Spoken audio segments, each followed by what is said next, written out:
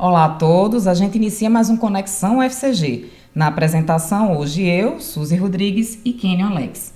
A nossa entrevista de hoje é com a professora Suene Fonseca, ela que é da Unidade Acadêmica de Psicologia, aqui do nosso Centro de Ciências Biológicas e da Saúde, aqui no campus sede, e cujo tema de pesquisa é inclusão, né, que é o tema da nossa entrevista de hoje.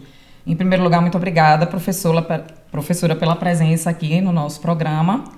A gente queria falar, né, sobre esse tema que que repercute tanto atualmente e começar por um projeto de extensão que é desenvolvido, né, atualmente na Unidade de Educação Básica, o Colégio de Aplicação, que é a nossa UAEB-CAP, aqui da universidade, que é um projeto de inclusão, né, um trabalho de estratégias psicopedagógicas para crianças com deficiência. A gente queria que você falasse um pouco mais sobre isso e sobre as questões aí, como o trabalho ele é desenvolvido e a questão que já é uma outra pergunta, mas primeiro a gente começa com o projeto e aí depois eu a gente faz a outra pergunta sobre o estágio. Tá certo.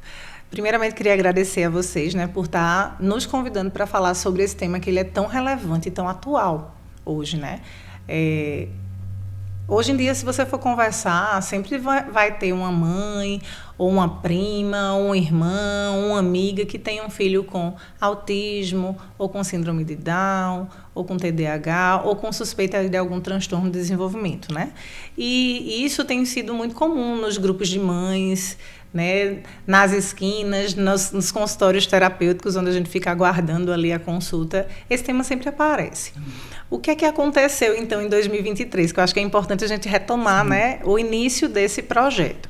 Em 2023, a Unidade Acadêmica de Educação Básica, Colégio de Aplicação, o AEB, minha filha estudava lá, né, fez parte do processo seletivo, entrou, e eu sempre conversava com as coordenadoras pedagógicas em função justamente de um transtorno que ela tem, que é o TDAH, e elas dizendo que estava muito comum, chegando muitos diagnósticos de crianças e que elas não sabiam mais o que fazer. E a coordenadora pedagógica propôs, então, um estágio que tivesse tanto estudantes de psicologia quanto estudantes de pedagogia para dar suporte às professoras, né, nesse cuidado no desenvolvimento dessas crianças, né, que geralmente vão ter alguma questão aí vinculada à cognição ou ao próprio desenvolvimento nas áreas socioemocional, de comunicação e linguagem, muitas crianças não verbais.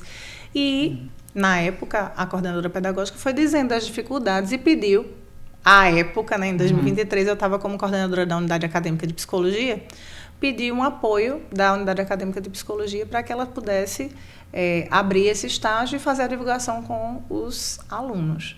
No entanto, a gente precisa, né, para todo estágio, ter um professor responsável. E nós temos 2 professoras da área de inclusão na unidade acadêmica que já estavam bem superlotadas, né? Elas estavam com a APAE e com 5 escolas municipais. E aí eu me dispus, né, juntamente com elas, a estar supervisionando esse estágio. Primeiramente, a gente começou com um grupo de crianças, 6 crianças apenas, e ao final do ano a gente já tinha 15 crianças. E os transtornos, as deficiências das crianças? Vamos lá. Primordialmente autismo, tem muito laudo de autismo. Em seguida, assim, na sequência, TDAH e TOD, síndrome de Down, paralisia cerebral. À época eram essas que nós tínhamos, né? Essas 5 deficiências ou transtornos. E a gente começou, então, com um grupo inicialmente, né, como eu falei, em março de 2023, nós começamos com um grupo de 3 estagiários. Em função do aumento, a gente pediu mais 6 estagiários e a gente findou o ano com 12 estagiários de psicologia, tentando 2 de pedagogia para dar esse suporte. Aí, só uma intervenção. Pode perguntar. Os estagiários, os meninos, eles ficavam com uma criança cada? Ou Isso. No início, a gente não tinha essa estratégia. A gente começou com 3 estagiários e 6 alunos com o diagnóstico propriamente dito, né? Que significa o laudo mesmo, um relatório médico que tivesse afirmando, né, ou confirmando ali o diagnóstico. E aí, o que é que a gente percebeu? Que para dar o desenvolvimento do cuidado dessa criança ao longo das 4 horas diárias, a gente queria fazer o trabalho da psicologia e não apenas de cuidador, que a gente vê aí muitas vezes algumas escolas colocando os cuidadores para estar ali, trocando a criança, dando a comida. A gente queria fazer o trabalho da psicologia no neurodesenvolvimento dessa criança, dentro das possibilidades. Então, a gente conversou com a coordenação pedagógica e ampliamos, né, de 3 para 12 estagiários ao longo do ano de 2023. Hoje, nós continuamos com os 12 estagiários, né, apesar de termos mais crianças com diagnóstico. Atualmente, a última lista que eu vi do início do ano, no caso do ano de 2025, nós tínhamos 25 crianças com transtornos. Mas não temos 25 estagiários, nós temos 12. Isso só na UAE. Dá a impressão, recentemente houve um crescimento absurdo, né, da quantidade de casos de autismo. É porque agora que começou a se dar atenção a isso, e já existia ou não? É realmente um aumento de casos? Então, a gente vai falar de duas coisas que são bastante diferentes e que são tão importantes quanto, né? Existe, por um lado, sim, agora, critérios diagnósticos mais plausíveis, de maior acesso. O tema está sendo discutido, os pais estão percebendo mais cedo, né, os comprometimentos dos filhos. As próprias professoras estão entrando em contato, né? Na primeira infância, ali, nos primeiros anos de vida, até os 2, 3 anos, começando a identificar, não fala, ou não olha, ou tem alguma outro sinal que desperta, né, o alerta de tem algo que não está no desenvolvimento tradicional de uma criança, vamos dizer assim, normal de uma criança. E aí pede para que sejam investigados, e isso aí vai precisar tanto o acompanhamento de um pediatra quanto de um neuropediatra, infantil. Porque, por outro lado, existem também, né, um mercado hoje de laudos que não são necessariamente feitos da maneira mais adequada, vamos dizer assim. A gente faz umas brincadeiras, inclusive, entre nós, dizendo que nós temos algumas clínicas aqui que saem colocando laudo sem mesmo o profissional ver a criança, né? Ou ver a criança em uma vez e já dar um laudo, que acredito que seja muito mais para adiantar, ou pelo menos eu espero. O tratamento, em termos de plano de saúde, então, o tratamento psicoterapêutico, com o laudo, ele vai ser coberto, o tratamento da terapia ocupacional, o tratamento da psicomotricidade, pelo menos é o que a gente espera que seja, mas isso amplia uma quantidade de laudos que, às vezes, não se sustentam. Por exemplo, nós já precisamos negar o diagnóstico, na verdade, a gente contesta o diagnóstico no relatório psicológico de aproximadamente 4 crianças aqui, que, apesar de ter o diagnóstico médico, e olha a situação muito complicada, uma psicóloga negar, juntamente com um estagiário, negar um laudo médico, isso é muito delicado, né? Isso é muito, inclusive, complicado para as relações interprofissionais. Mas, em alguns casos, a gente não vê nenhum comprometimento, mas vê uma queixa dos pais de modo muito marcante. Então, por um lado, sim, houve um crescimento diagnóstico muito mais pela quantidade de pessoas que estão sabendo do tema e estão procurando cedo. Por outro lado, existe também aí alguns diagnósticos que a gente fica realmente acha muito complicado e fica em dúvida, porque não bate os critérios diagnósticos. Os critérios são muito claros. Eu ia perguntar. Ou tem uma zona cinzenta aí que permite essa... Acho que a primeira coisa que a gente precisa dizer é que não é o fato de não olhar ou de falar tardiamente, né? Existem toda uma testagem para a gente saber isso, né? Para saber quais são esses critérios. Eles chegam a um diagnóstico, porque a gente pode ter traços. Então, por exemplo, você pode ter ansiedade, mas não necessariamente você vai ser uma pessoa ansiosa. Você pode ter ansiedade porque... Momentânea, exato. Então, existe esse limiar, mas existe dentro do DSM, né, que é um tratado que vai dar ali as principais características dos transtornos de desenvolvimento. O DSM-5, atualizado, a versão atualizada, ele já traz alguns diagnósticos, especialmente sobre autismo, sobre TDAH, sobre todos esses que a gente terminou falando aqui. E, além disso, também existe o neuropsicólogo como uma das categorias profissionais que faz a testagem psicológica. Avaliação, né? Neuropsicológica. Isso. Né? E essa avaliação neuropsicológica ela vai trabalhar ali por diversas vezes, não vai ser num único dia. É por isso que a gente questiona esses diagnósticos que vêm prontos, assim. A pessoa viu um dia, médico, né? viu um único dia, e você diz que a criança tem TOD. Gente, TOD é um transtorno opositor desafiador, que é quase que você dizer que a criança ela é uma pequena perversa. Né? E hoje em dia, qual a criança que não é? Né? A gente encontra casos raros, né? E tem as diversas situações, né? Dentro da situação, acho especialmente familiar, que a gente precisa avaliar. Existe negligência? Essa família ela é presente? Há uma sensação de abandono na criança? Então, existem tantos elementos que a gente precisa avaliar, além dos elementos mais objetivos, como atenção, memória, capacidade de linguagem. Então, assim, são vários elementos para avaliar. É um diagnóstico que não é dado no momento, né? Isso. Recentemente, eu precisei fazer a reavaliação da minha filha. Ela já tinha feito em outro período e passou um tempo, a neuro dela pediu novamente. Foram 15 sessões para ela fechar o diagnóstico que ela já tinha. Mas o que é que ela disse? Olha, eu precisei avaliar, porque a gente já tinha essa marcação aqui, mas de 2 anos atrás. Ela agora está maior, ela agora já está lendo. Então, a gente vai precisar fazer outros testes, por exemplo, de leitura, de fluência verbal, de capacidade criativa, né? de autocuidado, de higiene, de compreensão, de atenção, de memória, de recuperação de memória. Então, ela foi fazer tantos elementos que não dá para você em um dia dizer a criança tem TDAH ou tem TOD ou tem, né, autismo. No entanto, existem alguns marcadores que são mais comumente falados e discutidos na literatura, que terminam sendo aqueles que mais a gente vê aí as pessoas comentando, né? Por exemplo, o autista que não olha no olho, mas isso não é regra. Eu conheço autistas que já aprenderam a habilidade de olhar, não sem dificuldade inicial. Toque também, né?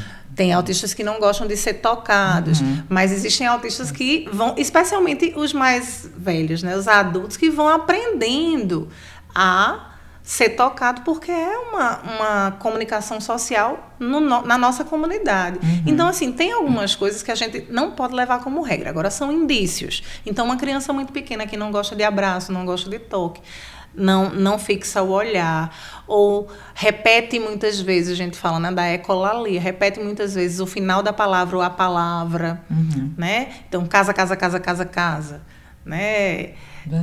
Uma criança que tem...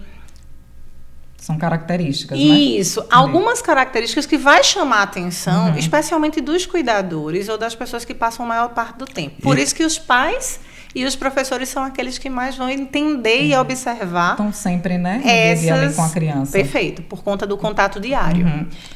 Eu tenho uma pergunta em relação à questão da patologização, né? Perfeito. A gente tem uma tendência atual, principalmente na sociedade que a gente vive, né? Muito acelerada, muito agitada, tem a questão das telas, de uma certa patologização dos transtornos, né? Sim. Principalmente o TDAH, em alguns casos o TEA, né? E aí eu queria saber, assim, até que ponto, né, essa patologização, ela é, digamos assim, a gente pode considerar, né? Porque, por exemplo, os médicos, a gente vê muitos médicos aí dando diagnóstico baseado no que os pais falam. Isso. As características que os filhos têm. Mas, né, assim, até que ponto isso a gente deve observar isso aqui? Muito delicado, porque, assim, a patologização, pela própria palavra, ela já diz, a gente está trazendo tudo para a patologia, então é como se nada mais fosse normal. Antigamente... Eu tenho meio que essa percepção, né, de que está todo mundo ficando meio que adoecido. As crianças já vão... Uma criança que sobe na árvore, ela é hiperativa. Será que ela tem TDAH? Né? Exato, uma criança que corre, que fala muito, que pula. Gente, uma criança que passa 4 horas... Você descreveu aí metade dos meus coleguinhas de... Eu me descrevi minha filha e tantas outras crianças, porque imagina uma criança numa escola durante 4 horas, gente. São 4 horas. Como é que ela vai ficar 4 horas sentadinha? Parada. Se ela não estiver sentadinha parada, tem algo errado. Essa criança está doente. Ou é um sinal de alerta. Ela não está em interação, ela não está falando. tem alguma questão que você precisa atentar. Agora, sim, acho que muitas coisas que vocês mesmos trouxeram, né? A questão da internet, com todo esse acesso, é bom, por um lado, porque levanta o alerta para os pais quando eles percebem, né, alguns elementos ali que destoam, mas também é muito perigoso eles começarem a rotular, porque o rótulo, gente, depois que a criança tem, é muito difícil, porque vai afetar a autoimagem da criança, né? Vai afetar diretamente a própria rotina da criança com a quantidade de tratamentos e, a depender da idade, a partir dos 6 anos em geral, ela já vai poder estar tomando algumas medicações. E, em alguns casos, como o autismo, até mais cedo. Então, eu conheço crianças de 2 anos de idade, por exemplo, que eu tenho certeza que elas não têm o diagnóstico que está dado, mas está lá um diagnóstico e está lá uma receita médica. E quem sou eu? Né? Professora, comum, né? Psicóloga, não estou nesse cuidado direto com a criança, não sou um profissional de referência da criança, mas está lá passando risperidona de 0,50. E essa criança chega na escola, por exemplo, extremamente sonolenta. Tem efeitos colaterais, né? Com diversos efeitos, porque ela está tomando 0,50 de uma medicação que eu não sei nem se ele tem esse diagnóstico propriamente dito. Então, hoje a grande preocupação é que, para além da rotulação, as medicações, porque com a patologização vem a medicação, porque eu quero um menino controlado, então eu vou dar a risperidona para o menino. Estou dando um exemplo, tá? Mas isso é muito perigoso. Sem contar nos efeitos colaterais que a risperidona vai ter ao longo dessa criança tomar, né, durante anos sequenciais. Né? Tem diversos efeitos, inclusive cardiológicos, circulatórios, de alteração alimentação também, de exames laboratoriais. No aprendizado também? Sim, porque imagina uma criança sonolenta, ela não consegue prestar atenção, então, consequentemente, ela vai ter uma dificuldade aí maior. Né? E aí, lembrem-se, a gente está falando de uma escola onde a professora tem quantos alunos, né? Entre 25 e 30 alunos. Acho que a educação infantil, aqui na UAEB, a gente tem ali bem mais controlado, entre 18 e 25, e eu acho que eu só vi uma turma com 25. Mas elas tentam manter ali 18, 20, 21. Que é muita gente. Que já é muita criança para 2 professoras. E ainda os ATPs que estão lá, os estagiários. Que são os acompanhantes terapêuticos pedagógicos. Perfeito. Falando de aprendizado, né? Tem essa parte que não precisa e está sendo tratada assim, mas tem a que precisa, né? Claro. Esse atendimento que vocês fazem, ele mostra os resultados claramente perceptíveis, assim? Pronto. A gente estava conversando há pouco tempo sobre um caso, né? Mas existem vários casos. Vou trazer um caso para exemplificar. Tinha uma criança com o diagnóstico de TDAH e TOD, que eu contesto o TOD. Né? O TOD. Ele não é tão recente, mas ele tem sido mais utilizado recentemente. O que é TOD, né? Exatamente. Eu falei um pouquinho antes, que é o transtorno não é opositor. Não é o todinho, não é o todinho. É o transtorno opositor desafiador. As principais características dessa criança seria uma criança com um alto grau de perversidade. Ele não só desafia as autoridades, então ele vai desafiar pai, vai desafiar mãe, mas ele vai ter possivelmente ali comportamentos agressivos, de heteroagressivos principalmente, né? Então agressão ao outro, vai ter um comportamento que vai chamar muita atenção porque ele vai fazer algo errado e vai rir disso, achar engraçado, pode até machucar uma criança, um adulto. É muito comum fazer maltratos com animais, né? E, gente, isso é muito delicado, porque você está dizendo que essa criança ela vai ser um futuro, vamos dizer assim, quando ela crescer, um futuro psicopata. Isso justamente, o que você está dizendo é isso, mas está lá, uma criança de 3 anos com diagnóstico de TOD, que o médico deu de uma única visita pelo relato da mãe, né? E aí, durante o acompanhamento terapêutico, eu sempre perguntava para a minha estagiária de psicologia e eu dizia, como é a comunicação? Ela dizia, Suene, a gente não consegue entender bem o que ele fala, aí a gente pede para ele repetir, aí ele repete, a gente não entende novamente, e aí ele começa a ficar irritado, porque a gente não está conseguindo entender, ele não está conseguindo explicar. Aí ele vai lá e toma o carrinho da mão do menino e bate no menino, porque ele já tentou se comunicar. E eu disse, então, o que a gente está falando aqui, se a comunicação dele não está fluida, as pessoas não estão entendendo, ele tem provavelmente um transtorno global da fala. Vamos fazer um encaminhamento para o fonoaudiólogo. Chama essa mãe, faz um encaminhamento para o fonoaudiólogo. Fizemos isso em junho. Ela começou o fonoaudiólogo em julho e a gente retornou às aulas em agosto. Era outra criança. Porque já estava com era acompanhamento outra do fono. Criança. O nível, a quantidade de agressões que aconteciam agora, as outras crianças estavam muito menor. Foi identificado que existia esse problema da fala, que estava levando ao... Exato. Então, era esse reação tipo de... Isso. A falta de comunicação. Eu dizia, é um tipo de comunicação. A violência para ele era a única possibilidade de comunicação, porque ele estava pedindo o carrinho, o menino não dava. Ele falava com a professora não entendia. Ninguém dava a ele o carrinho, ele ia lá, batia no menino e pegava o carrinho. Então, era a comunicação que estava sendo efetiva, para ele ter o objeto de desejo. Então, assim, na prática, é preciso esse acompanhamento diário para você entender, olha, a fala pode ser um problema. E aí a gente colocou. Mas isso tem, assim, diversos exemplos. Esse é um deles. E aí, nesse, a gente foi lá e colocou no relatório.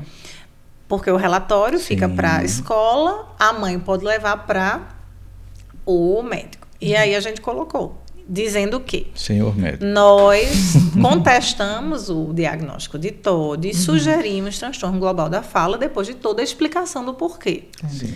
E aí, o médico, ele assumiu o transtorno global da fala, porque a gente tinha feito a justificação técnica, teórica, científica, com exemplos, mas ele não tirou o TOD. E aí, eu fiquei me perguntando por que é que ele não tirou o TOD. E aí, possivelmente, a nossa sugestão é que o TOD sustentava as terapias pelo plano de saúde. Certo. Eu espero que seja isso. E aí, eu sempre perguntava à mãe dele, ele está tomando medicação? Porque a nossa preocupação era que esse diagnóstico gerasse uma medicação. E aí era um outro comprometimento, que já era fisiológico, né? Biológico na criança. Mas ele não estava tomando medicação, nem toma até hoje. Mas a gente veio vendo, né? Por exemplo, vou dar um outro exemplo, mediação. Toda essa parte, né, de que ele batia, o que é que essa estagiária precisou fazer com ele? Todo um contexto de mediação de conflito. Então, quando você estiver chateado, em vez de bater, respire. Então, ela começa a trabalhar emoções, autocontrole. Aí, quando a gente vai fazer uma avaliação maior, ele tinha muita raiva, porque ele não conseguia se comunicar com ninguém. E aí, ela vai trabalhar a raiva para que ele possa aprender a se comunicar e, consequentemente, ele tem agora melhores relações e interações com os colegas de sala. A gente envolveu aí 3 grandes áreas: afetiva, emocional, social e comunicação. Quer dizer, a gente entrou aí em três grandes áreas importantíssimas para o desenvolvimento neuropsicológico e desenvolvimento infantil também, de aprendizagem da criança, né? Dentro do setor escolar. Identificar, né? Que havia outros problemas que implicavam naquilo. Exato. E aí vai ter outros, por exemplo, uma criança que estava sempre muito irritada, brigando, batendo. E a gente identificou, por exemplo, que estava com... Ou então pegando muito no pipil, né, no pênis, e mexendo. E a gente, será que é uma questão relacionada à sexualidade? E quando foi ver, a criança estava com fimose. Sabe essas pequenas coisas que a gente vai identificando? Investigação. E agora é diário, gente. São todos os dias da semana esse acompanhamento com as crianças. Atualmente, inclusive, a gente reduziu um dia na semana, porque a gente já está numa outra etapa. As crianças estão 4 dias com os acompanhantes terapeutas pedagógicos. Em um dia, as estagiárias de psicologia estão no matriciamento com as professoras. O que é o matriciamento? Só para vocês entenderem. Como a gente vai precisar fazer? Gerar autonomia nessa criança. Essa criança ela vai precisar não só desse acompanhante terapeuta pedagógico, porque senão ele vai criar dependência. A gente precisa fazer com que as outras crianças acolham essa criança que tem essa deficiência, que tem essas limitações sociais, emocionais, de comunicação, e aprenda a se comunicar, e aprenda a interagir. E as professoras também. Então, há todo um trabalho que a gente diz que são 3 vínculos, né? O vínculo da criança com o estagiário de psicologia, ATP, e esse estagiário faz o vínculo com as demais crianças para poder levar a criança acompanhada para esse vínculo comunitário, proporcionando a inclusão na sala de aula, né, com essas outras crianças, e o vínculo com os professores para que eles possam discutir o caso e ensinar estratégias de comunicação, cognição. E aí a gente vai trabalhando agora, estamos numa outra fase, que é o matriciamento e inclusão escolar, onde a gente acabou de finalizar um projeto, né, de 6 meses, onde a gente trabalhou todos os transtornos e as estratégias psicopedagógicas que a gente podia tá trabalhando em parceria. É um trabalho sempre interdisciplinar. A psicologia não consegue trabalhar sozinha, inclusive porque ela está no espaço da escola, que é o espaço da pedagogia, né? Então, a gente está ali sempre dialogando. Olha, o que é uma criança com autismo? Vamos dar todas as características. A gente precisa entender primeiro. Depois que entendeu, quais são as principais crises? Está aqui.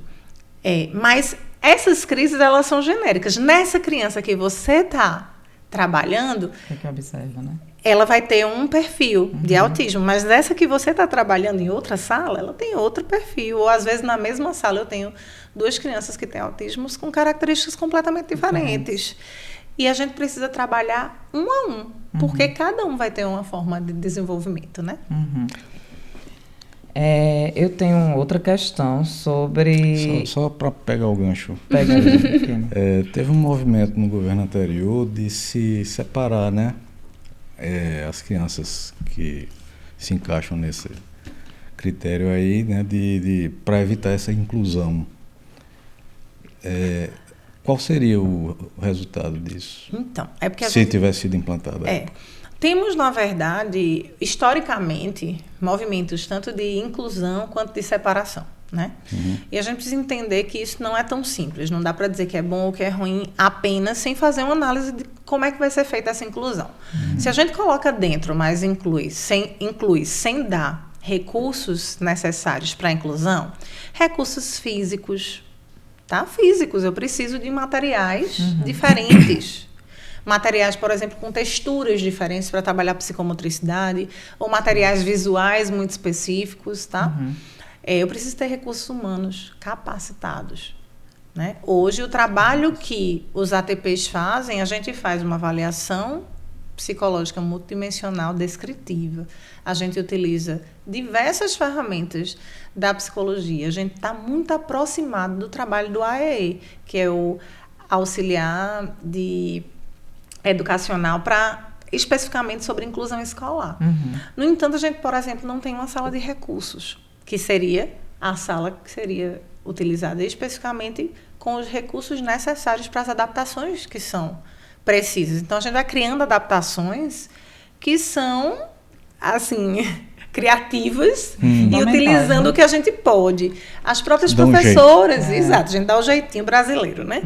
As próprias professoras estão terminando agora esse matriciamento e inclusão escolar, mas é fundamental que todos os professores na educação infantil, e eu não digo daqui da UEB-CAP, gente, eu digo de qualquer escola hoje, para poder efetivar uma política de inclusão, as pessoas precisam conhecer para poder incluir, estar capacitada, saber, por exemplo, entender o que é uma crise, o que é uma birra, saber diferenciar quais são as estratégias que vão utilizar. Então, assim, é muito complicado a gente votar e dizer, não, só a inclusão é válida se essa inclusão for feita de uma forma desrespeitosa, desresponsabilizada, ela não vai ser. Você vai colocar lá dentro, mas não vai incluir.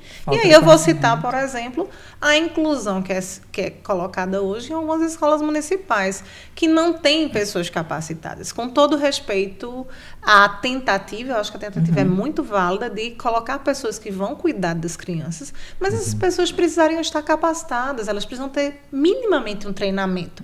Senão elas vão, inclusive, apenas estar tirando a criança da sala quando ela estiver em crise. E a primeira coisa, eu acho que eu falei no estágio, em 2023, foi: não tirem as crianças da sala na crise. Ela precisa compreender que ela está em crise, viver a crise, reestabelecer a crise naquele espaço, para que ela, inclusive, possa sentir que aquele espaço é seguro. Uhum. E as outras crianças precisam entender aquele processo de crise para se adaptar e depois incluir essa criança verdadeiramente. E hoje é muito interessante que eu tenho crianças da própria sala de referência que fazem contenção de crise de modo muito espontâneo. Então tá porque lá. entendem o processo. Porque elas né? entendem o processo, elas vivenciam o processo e elas vão lá e fazem. Não Respira. assusta mais. Respira. Fulano, vamos lá, respira. Ó, a gente tá aqui com você. E aí a criança rapidamente sai da crise. Se você tira, você é mais confortável, porque aí o professor continua dando a aula. No entanto, essa criança ela está sendo excluída do processo de aprendizagem. E as demais crianças elas não estão tendo a possibilidade de serem verdadeiramente inclusivas, enquanto pessoas. Né?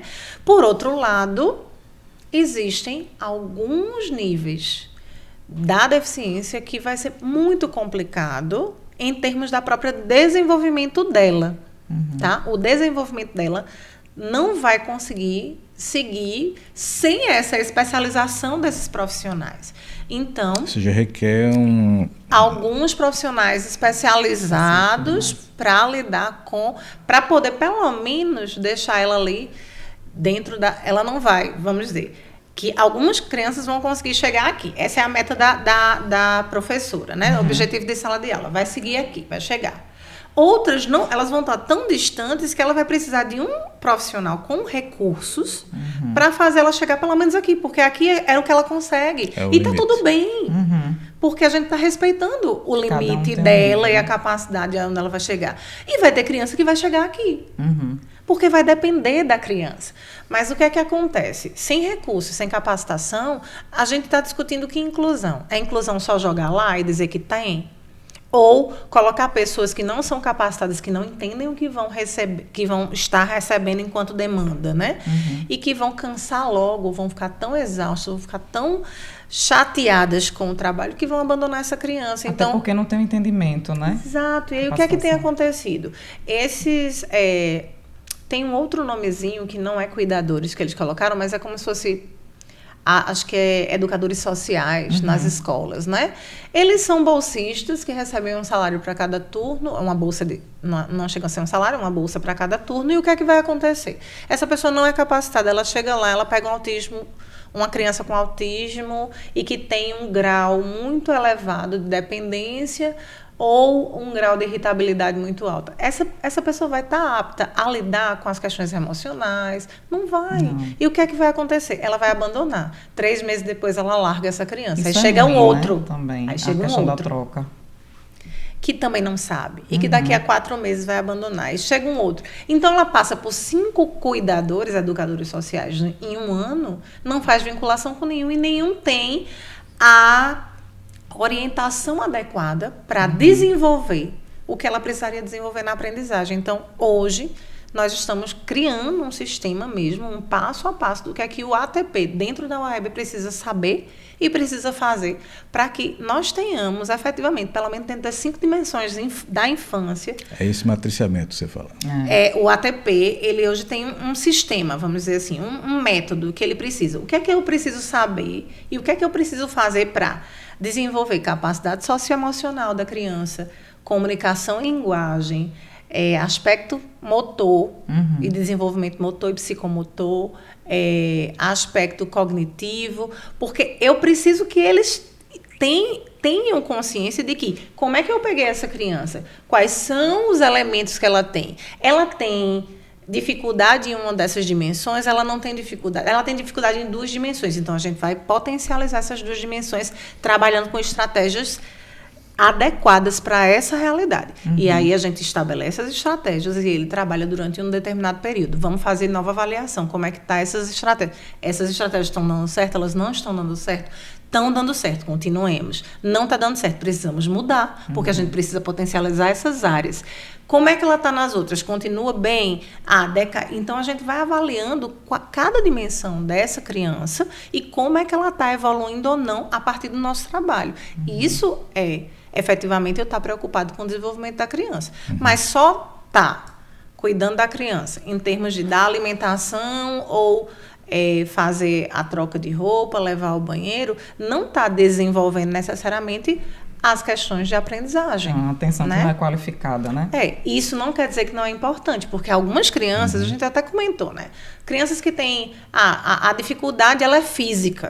Tudo bem, ela não tem nenhuma dificuldade de aprendizagem, ela tem a dificuldade física, mas ela precisa desse acompanhamento, tudo ok. Não tem problema. Mas e as crianças que precisam desse desenvolvimento, por outro lado? Aí eu não tenho um profissional adequado, que tenha especialização no sentido de conhecimento, né? Sim. Que não tenha capacitação necessária, que não compreende. Inclusive, algumas pesquisas de alguns estados, né?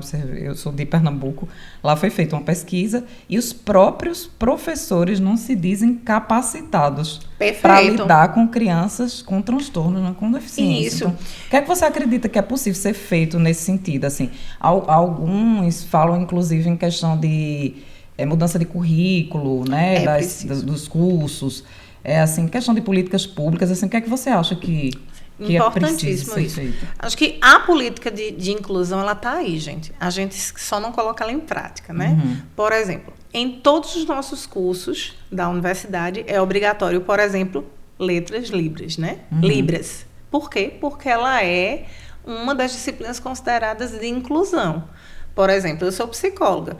Se eu faço libras e um dia eu vou atender alguém que é surdo, eu posso minimamente ali me comunicar ou indicar alguém que fez especialização nessa área, que se aprofundou nessa área. No entanto, na educação infantil, apesar de termos, né? Não só na educação infantil, vou ampliar, na educação básica. Se a gente diz que está fazendo uma política de inclusão, mas a gente não está capacitando os professores que vão receber, a gente não está fazendo a política de inclusão. Então, acho que a principal coisa é capacitar todos os professores. E eu digo por nós também, viu, da universidade. Acho que uma das coisas que eu acho que é bastante importante, e vale a pena até eu citar, é nós temos agora o nosso primeiro aluno que vai concluir o curso esse semestre, e ele é autista. Suene, como é que vocês... No curso de psicologia. Como é que a gente conseguiu? Vou ser muito sincera, os professores tiveram que rebolar e aprender, porque a gente não foi formado para ensinar um autista. E eu estou falando no ensino superior, na educação básica também não. Gente, é difícil. Então, a primeira coisa que a gente precisa fazer é assumir que a gente não sabe e estar aberto. E eu achei assim, muito interessante que esse corpo docente... Eu tenho professoras aqui na UAEB, gente, que são doutoras há mais anos do que eu. Elas fizeram doutorado quando eu estava entrando na graduação. E elas disseram, olha, a gente quer, a gente precisa, a gente entende o quanto é importante vocês estarem conosco, fazendo acompanhamento terapêutico pedagógico. Mas se um dia um deles faltar, eu é que preciso estar lá. Porque o aluno é meu, e eu acho isso muito legal. O aluno é da professora. O acompanhante terapêutico pedagógico, ele é auxiliar nessas dificuldades específicas das dimensões que eu abordei aqui das crianças. Mas o aluno, ele é da escola, ele é da professora. E aí a professora tem essa obrigação de ensinar, de trabalhar, de desenvolver os projetos. E sem isso... essa necessidade, né? E assim, conhecer o autismo, conhecer a paralisia cerebral, conhecer a síndrome de Down, o TDAH, faz com que elas tenham maior habilidade para dialogar com essa criança, mesmo na ausência do ATP. E isso é muito legal. Então, a gente fez esse projeto de matriciamento e inclusão escolar. Começamos em fevereiro e terminamos semana passada. Justamente, nós fizemos... Teve esse trabalho de capacitação dos professores da UAEB. E, assim, quando acaba essa capacitação, vem novas demandas. Eles dizem, olha, a gente agora quer aprofundar nisso. Nessas estratégias, né? Porque sentem a necessidade, exatamente. Né? Dia a dia. Para cada... dentro da política está, por exemplo, estabelecido que é preciso ter um PEI. O que é um PEI? É um plano educacional individualizado para cada criança com deficiência. E a gente está lutando para construir esse plano, porque, imagina, eu tenho um objetivo educacional para uma turma inteira. Mas aquela criança, ela não vai ter a mesma necessidade da turma toda. Ela vai ter necessidades específicas que precisam ser preservadas e respeitadas para que ela consiga atingir esses objetivos educacionais. Então, o que é que as professoras vão fazer? A gente vai começar um novo projeto. Eu já citei para elas agora, né, no último dia do matriciamento.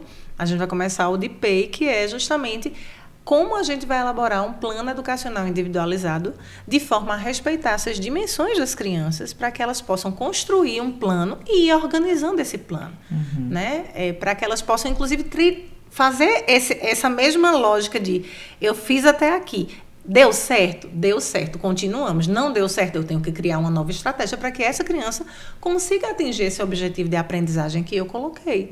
Então, isso é bastante importante porque eu respeito demais toda forma de cuidado, mas só levar ao banheiro dar comida e dar amor não é cuidado em termos de educação. E né? Isso acontece nas escolas municipais, públicas, né?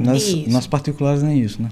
Nas particulares não é obrigatório que a escola oferte. Os pais eles podem pagar alguém para ir. Recentemente isso, né? tem visto. Elas precisam incluir, mas não é obrigatório. Não é obrigatório. O que é que elas têm feito? Muitos têm agora. Tem duas coisas que estão acontecendo em paralelo aqui em Campina, que eu tenho percebido. Muitos ex-alunos meus, inclusive, que agora já são psicólogos, estão trabalhando em escolas como a ATP, porque as escolas contratam, tá? Está acontecendo isso em algumas escolas particulares. Em outras escolas, o que está acontecendo também é elas aceitarem os ATPs que os pais mandam via plano de saúde. Então, os planos de saúde... Ontem, hoje é... Enfim, essa semana eu recebi uma solicitação de uma clínica pedindo indicação dos meus estagiários de psicologia para trabalhar no contraturno para ela, porque ela disse que percebeu a diferença, né, do tipo de trabalho que a gente tem desenvolvido. Aí eu disse, mas é o quê? Ela fez, não, eu sou uma clínica. Eu disse, clínica? Ela fez, sim, eu sou uma clínica particular, mas é porque dentro do plano de saúde os pais têm direito aos ATPs. Aí eu disse, caramba, estamos abrindo um novo campo. Um novo mercado. Verdade. Né? Agora, por quê? Porque a gente está qualificando essa atuação. Não é só estar acompanhando para... Sim. Né? Tá ali do o lado. ATP seria uma especialização da psicologia nessa... Então, não é. Não é. Não é. O ATP, na verdade, ele é um derivado do AT. Então, o que é ATP? Acompanhante terapêutico pedagógico. E o que é AT? É acompanhante terapêutico. Ele foi uma tecnologia, né, desenvolvida dentro da seara ali, da saúde mental, da reforma psiquiátrica, quando a gente precisou ressocializar as pessoas que tinham algumas questões psiquiátricas na saída deles dos hospitais psiquiátricos. Então, quando a gente teve a troca de modelo, do modelo mais asilar, né, que a gente confinava as pessoas que tinham problemas de saúde mental no hospício, e depois a gente muda para o CAPS, né? Para o Centro de Atenção Psicossocial. E essas pessoas, elas são ressocializadas, mas voltam para casa. Elas passam o dia em oficinas terapêuticas, em tratamentos, né? Mas elas voltam para casa, então elas estão no seio da comunidade. Foi percebido que algumas pessoas tinham um nível bastante limitado de habilidades sociais, inclusive devido ao tempo de segregação, né? Tinha passado muito tempo de hospitalização. Então, elas vão precisar desse acompanhamento terapêutico para os lugares mínimos, para aprender, por exemplo, a ir para a praça e conversar com as demais pessoas, ou ir ao banco, ou ir para uma escola. Então, o ATP, ele é um derivado. Entendi. Ele continua sendo um acompanhante terapêutico, nesse sentido, de pessoas que têm uma necessidade específica de acompanhamento, mas é na escola, por isso que é pedagógico. Certo. Então, é ATP, né? Acompanhamento terapêutico pedagógico. Certo. Mas nas clínicas eles chamam de AT ainda. As Acompanhamento clínicas terapêutico, né? porque aí pode ser em qualquer lugar. Entendi. Você pode ir para a escola, mas você pode ir para uma aula de música, para um balé. Mas é uma, como você falou aí, é uma área, né, que está se abrindo, né? Isso. Que muita gente não conhece, né? Isso. Só que ela é interdisciplinar, por isso que eu disse, Entendi. não é da psicologia, ela é interdisciplinar. Então você pode ser AT sendo psicólogo, fonoaudiólogo, terapeuta Entendi. ocupacional, pedagogo. Eu tenho visto muitos educadores psicomotricistas como AT. Qual é a grande questão? É que cada um vai atuar na tua área. como a gente é da psicologia, a gente está fazendo esse trabalho, atuando nessa área. Especificamente da avaliação das dimensões que precisam ser trabalhadas. Por isso que é um pouco diferente. Então, vai depender. Por exemplo, se eu tenho uma criança que cognitivamente ela está muito bem, emocionalmente ela está muito bem, socioemocionalmente, nas relações ela está tranquila, mas ela tem uma limitação motora muito grande, a minha indicação vai ser um AT psicomotricista, ou fisioterapeuta, ou um profissional da educação física. Por quê? Porque ele vai ter uma outra habilidade que ele vai precisar desenvolver. Entende? Então, vai depender muito da necessidade da criança. Tá, joia, professora. A gente tem até outras perguntas para fazer, né? Teria até já está convidada necessidade de ampliar o assunto, porque estou à disposição. A gente tem um roteiro, um pré-roteiro aqui que a gente traça, mas a gente já foi bem além, né, Kênio?